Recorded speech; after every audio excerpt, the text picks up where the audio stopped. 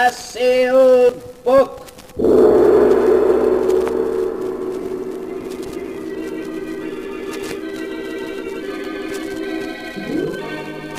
Once again, the keeper of the book is ready to open the ponderous volume in which is recorded all the secrets and mysteries of mankind through the ages. All the strange and mystifying stories of the past, the present, and the future.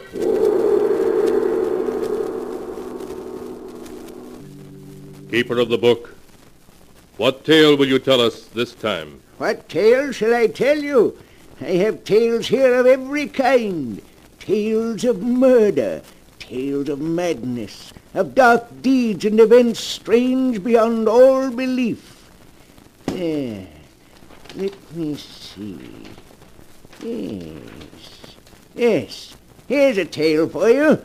The strange and terrible story of two old ladies and how they tried to escape from their doom. I call the story Escape by Death.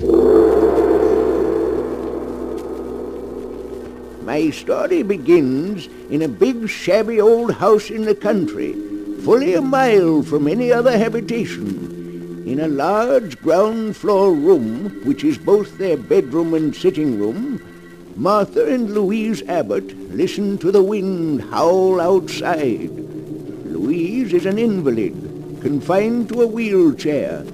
Martha, though able to walk, can only hobble a few steps at a time, so that to them the lonely house is almost like a prison. Oh, listen to that wind, Louise. Oh, I do hate living out in the country like this. We're so isolated from everybody. Oh, yes, Martha. It was so much nicer when we lived in our own house in the village. Even if Roger and Hester are our nephew and niece, we should never have let them persuade us to move out here with them. Oh, what is it, Toby? Queenie? Oh, our mother's darling's hungry. Even Toby and Queenie don't like living here. Yes, they do seem unhappy. Queenie hasn't been eating well. Louise, it's very foolish for us to stay here with Roger and Hester. I think I hear Hester coming now. We'll tell her right away that we want to go back to our old home. Here I am at last, Aunt Louise, Aunt Martha. I brought you tea and some cake I just made this afternoon. Thank you, dear. I have the Daily Sentinel for you. George Gibson just delivered it. I haven't even opened it yet. Thank you. Roger, Louise and I have been talking things over. It was very kind of you to invite us to live here with you, but we were much happier living in the village. We want to go back. But, Aunt Martha, it's much better for you here. Really it is. Of course, you're just homesick, both of you. And you'll get over it. Pretty soon you'll love the country as much as we do. Now, we don't want to hear another word about your leaving us. We couldn't be happy thinking of you alone and helpless in the village. Come along, Roger. Let them drink their tea. All right, Heston. See you both later. Oh, I do wish they'd let us go back. There's no reason why we shouldn't. Do you remember the teas we used to give? Mary Thompson came over every afternoon. It was so nice. There's no reason we can't move back and give those teas again. We won't be alone or helpless either. With all the money Father left us, we can afford a dozen servants. Louise, we are going back. I've made up my mind. Oh, Martha, I'm so glad. Listen to Toby and Queenie. They're glad we're going back too, aren't you, you fat old darlings? Oh, they understand you, Mother. They know we're not going to stay here much longer. Of course they do. Well, now that's settled. Let's see what's in the Sentinel. Let's see now. Oh, Martha, let's look at the obituary notices first. Just what I was turning to, Louise. Here we are. Did anyone we know die? Now, let me see. Yes. You remember Amos Wilson, don't you? Yes. He died 2 days ago. Poor Amos. He was about your age, wasn't he, Martha? Certainly not. He was a good deal older. Oh, Martha, look at this. Why, it says that Mary Thompson is entering the county home for the infirm. The poorhouse? Oh, no, it can't be. You can read it for yourself. Oh, that dreadful place. I'd rather be dead than in that home. Poor Mary. Martha, after we move back to the village, can't we have Mary come to live with us? Yes, of course. Why, going to the poorhouse would be the death of her. No, it can't be. What can't be? Read what it says there in the real estate column. Huh? The old Abbott mansion, owned by the Mrs. Martha and Louise Abbott, has been put up for sale by their nephew, Roger Clark. What? Why, it must be a mistake. Oh. We never told Roger to sell our house. Roger! Roger! Now, Martha, we mustn't get excited. But why should he want to sell our house? I don't permit it. You calling me, Aunt Martha? Yes, Roger. What's this in the Sentinel about our house being up for sale? Oh, is it in the Sentinel? Oh, I'm so sorry. It is a mistake, isn't it, Roger? Well, no, Aunt Louise.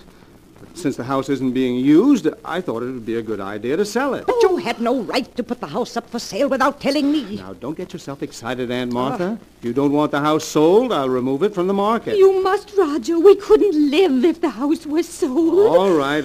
Now I'll take care of everything. Don't you worry. Everything's going to be all right. I don't like it, Louise. I don't like it at all. Why should he try to sell it without telling us? It does seem strange. Louise, we must get in touch with Judge Morris at once. Mm-hmm. He's the administrator of Father's estate. He'll take care of everything for us the way we want it. I didn't like the look in Roger's eyes just now. I've always been suspicious of Roger, and if you want my opinion, he and Hester are up to something.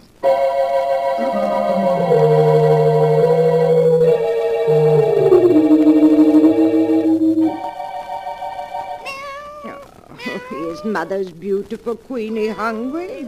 Well, here's a nice piece of meat from the lovely supper Hester just brought us. Oh, Queenie is hungry, Martha. She's got her appetite back since she learned we intend going back to the village. Yes, she has, but where's Toby? I don't see him around any place. He's probably in the kitchen. Martha, when are you going to speak to Roger and Hester again about our leaving? I'm waiting until we can get in touch with Judge Morris. He'll come get us whether Roger wants us to go or not. There's been something very strange about Roger's manner ever since we told him yesterday we didn't want to stay. Martha, look! Queenie's ill. Oh. That meat you gave her, it's made her sick. Queenie, oh, what's the matter with Mother's darling? Oh, Martha, there's something terribly wrong with her. Queenie, what is it? Oh, Louise, what can we do? Give her some water, maybe that'll help. Martha, she's fallen down. She's dead, Louise. Queenie is dead. Oh, no, she can't. But she is, though she was perfectly all right until I gave her that meat. She was so hungry, she just bolted it down. Oh, Martha, she must have choked on it. She's choked to death. Did she? I'm not so sure. Martha, what do you mean? What else could it have been? She acted more as if she were poisoned. Poisoned? Yes, I'm sure of it. The meat was poisoned. That's why Queenie died. But how's that possible? It was poisoned because that meat was meant for us. Martha, you don't mean that Roger and Hester... Yes, Louise. Oh, I see it now. That's why they brought us out here. Why they won't let us leave. They're planning to kill us. They're after our money. Oh, Martha, what are we going to do? Well, we've got to get in touch with Judge Morris right away. He'll save us. But, Martha, how can we? The telephone, it's upstairs in Hester's room, and neither of us can climb stairs. I know that. We've got to figure another way to reach him. Louise, our lives depend upon it.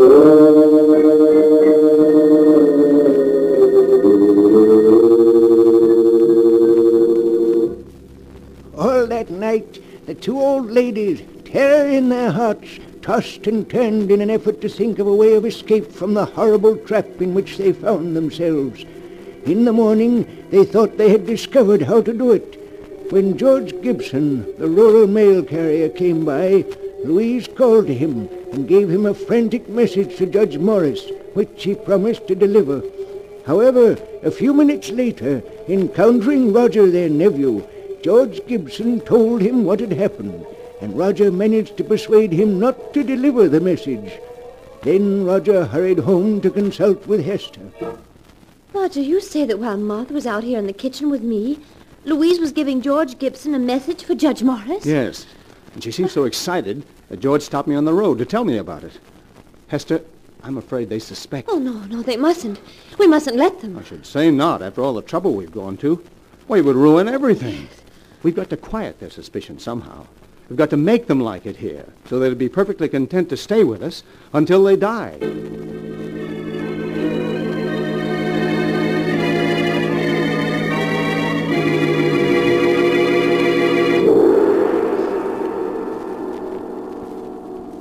And now to return to the story of escape by death, as it is written in the sealed book. For 24 hours, Martha and Louise have waited in trembling impatience for George Gibson to bring word that Judge Morris has received their frantic appeal for help. Oh, Martha, where can George be? He's more than an hour late. Well, he's probably just been delayed. Maybe the car broke down. He'll be here soon. Yes, here he comes now. He's turning up the drive. Oh, Martha, I was so worried. I told you he wouldn't fail us. But there's Roger taking the mail from him. Suppose Roger doesn't let him see us. He might... Louise. What is it, Martha? What's wrong? That isn't George Gibson delivering the mail. Not George Gibson? No, that's a much younger man. Now he's leaving. Roger's coming back in the house. Martha, where do you suppose George is? I don't know. I don't understand. Perhaps he's sick today. Here comes Roger. Hello, Aunt Martha. Aunt Louise. Here's a magazine that came in the mail. I thought you might like to see it. Thank you, Roger. Why didn't George Gibson deliver the mail today? Oh, you saw that there was a new driver. Well, I'm sorry to have to tell you this, but yesterday afternoon, poor George was killed. Killed? Oh, no. He had a bad accident as he was returning to the village. An accident? Yes, I'd rather not talk about it anymore now. It'll just upset you. Hester will bring you some supper soon. Poor George. Well, that means Judge Morris didn't get our message. Oh, Martha. Don't you see, Louise? That wasn't any accident. George was killed to keep him from going to Judge Morris. Martha, you can't mean that Roger and Hester... Yes, Louise, they'll stop at nothing to get our money. But what are we going to do? We can't get a message to anyone. And they're poisoning our food. We haven't eaten a thing since poor Queenie died. We can't go on throwing the food away or we'll starve. There's only one thing to do. Toby must sample our food. You mean to see if it's poison? Yes. It's dreadful, having to risk poor Toby's life, but it's the only thing we can do.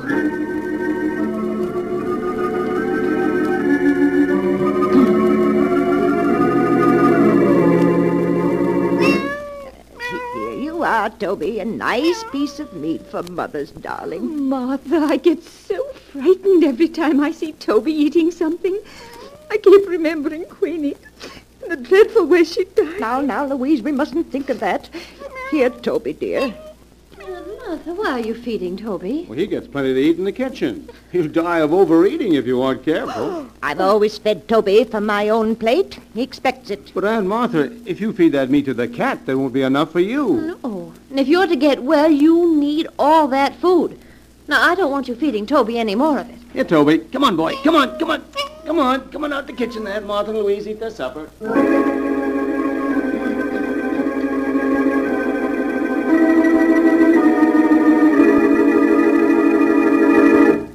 Here you are, Aunt Martha. Aunt Louise, I've brought you your lunch. Doesn't it look good? Yes, Hester, it's very nice. Here, Toby. Here, kitty, kitty, kitty. Hester, have you seen Toby? No, Aunt Martha, I haven't. Oh, but where could he be? Toby's always on time for meals. Oh, he's probably someplace around the house. Now, eat your lunch before it gets cold. Oh, Martha, where can he be? Toby'll be along in a few minutes. We won't touch a bit of this food until he's eaten some of it. I do wish he were here. I'm so hungry. Louise, don't touch a thing on that tray. It isn't safe. Here, Toby. Here, kitty, kitty, kitty, kitty, kitty, kitty,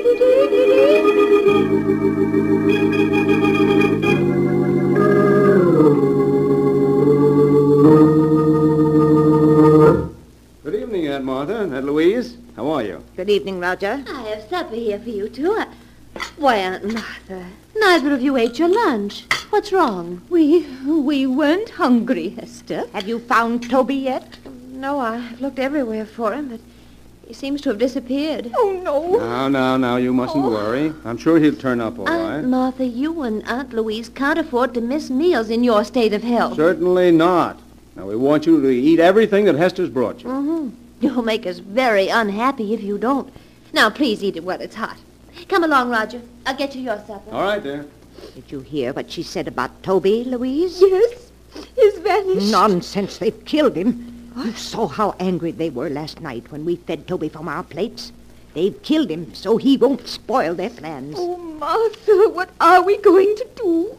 I'm so hungry that my head spins and I'm dizzy. I know, Louise. So am I.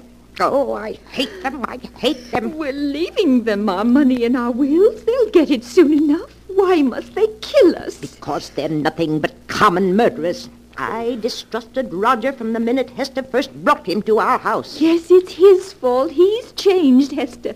She used to be such a sweet girl. Oh, if there was only some way to get word to the village, or to bring somebody here to help us.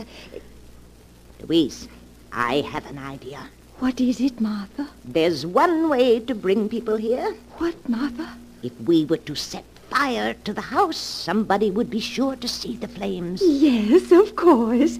And then the fire company would come out. Then we'd be able to tell them we'd be saved. Oh, but Martha, Hester and Roger would put out the fire before it could get big enough to be seen. Louise, I know a way we can prevent them from putting out the fire. You do? Yes, we can save ourselves, Louise. We can save ourselves.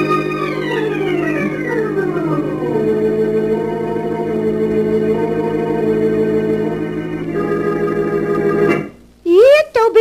Here, kitty, kitty, kitty. Martha, why are you looking down the cellar stairs like that?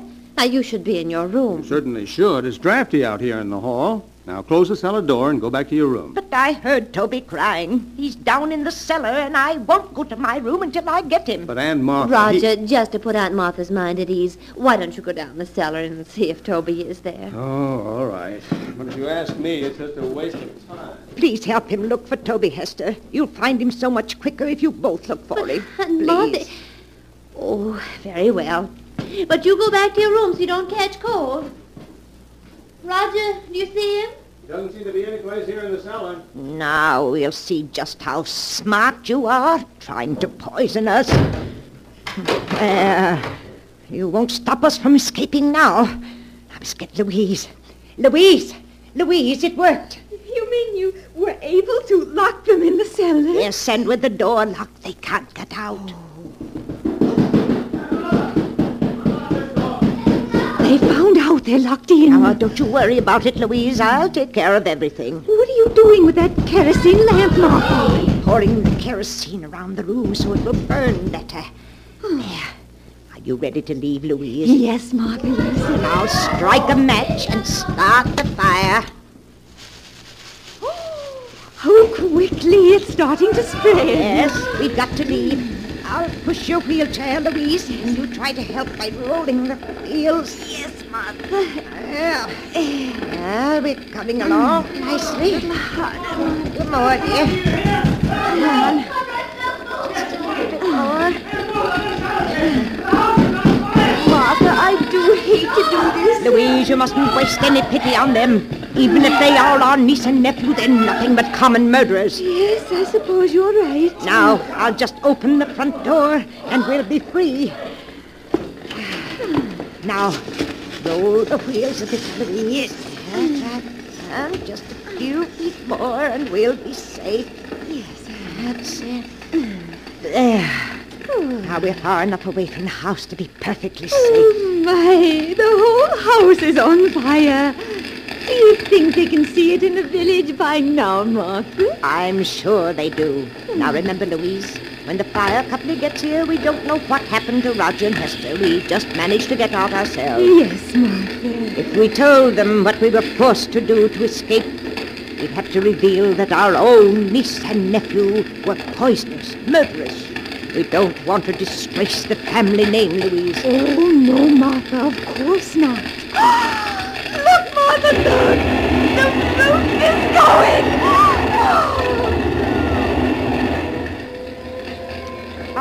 here comes the fire engine. Louise, we're saved. We're saved.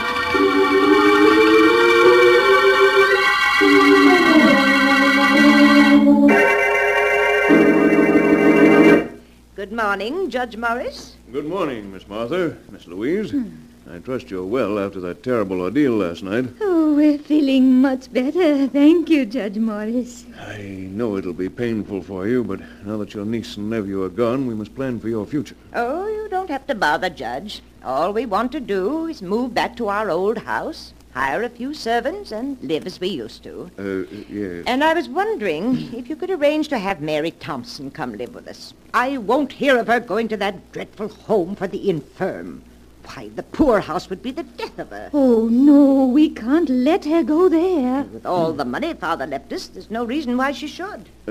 Ladies, I'd hoped I'd never have to reveal the truth to you, but now it appears I must. The truth? I don't understand, Judge. Some weeks ago, the bonds in the trust fund your father left you became utterly worthless. What? Your nephew and niece were afraid the shock of learning you were penniless would be too much for you. So it was decided to keep the news from you. That's why the three of us persuaded you to move in with them. Your house here in the village had to be sold to meet the debts of the estate. But that can't be. Father left us so much. It's all worthless now. Perhaps I should have told you this a month ago. But your niece and nephew wouldn't hear of it. In spite of the fact that they had only Roger's salary to live on, they were determined to prevent you from ever learning of your misfortune. Oh, but the deaths of poor Queenie and Toby, of George Gibson. George Gibson? Yes. I'm afraid I don't understand. Surely you heard that he was killed. The tire blew out and his car turned over. You mean he wasn't murdered? Certainly not. Oh. You feeling well? Has my news been too much for you? No. Well, now that your niece and nephew are gone, there's no one to support you, I'm afraid there's only one thing left. One thing left? What's that? I'm sorry to say, believe me, I am. The county home for the infirm. Oh. The poorhouse.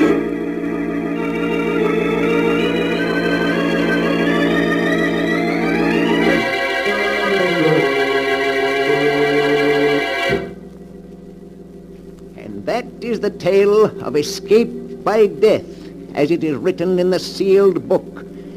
Louise and Martha, because they could not believe that the death of their cat was an accident, convinced themselves that they were in danger of being killed, and in their frantic efforts to escape, ruthlessly destroyed their only protectors. Strange are the ways in which fate plays tricks on mere mortals. But the sound of the great gong tells me it's time to close the sealed book once more. One moment, Keeper of the Book. What story from the sealed book will you tell us next time? Next time? What kind of a tale would you like? A story of ghosts, of vampires, of werewolves howling in the night? A tale of dark plots and evil deeds? Of a strange fate overtaking the guilty? Let me see. I'll find one for you in just a moment.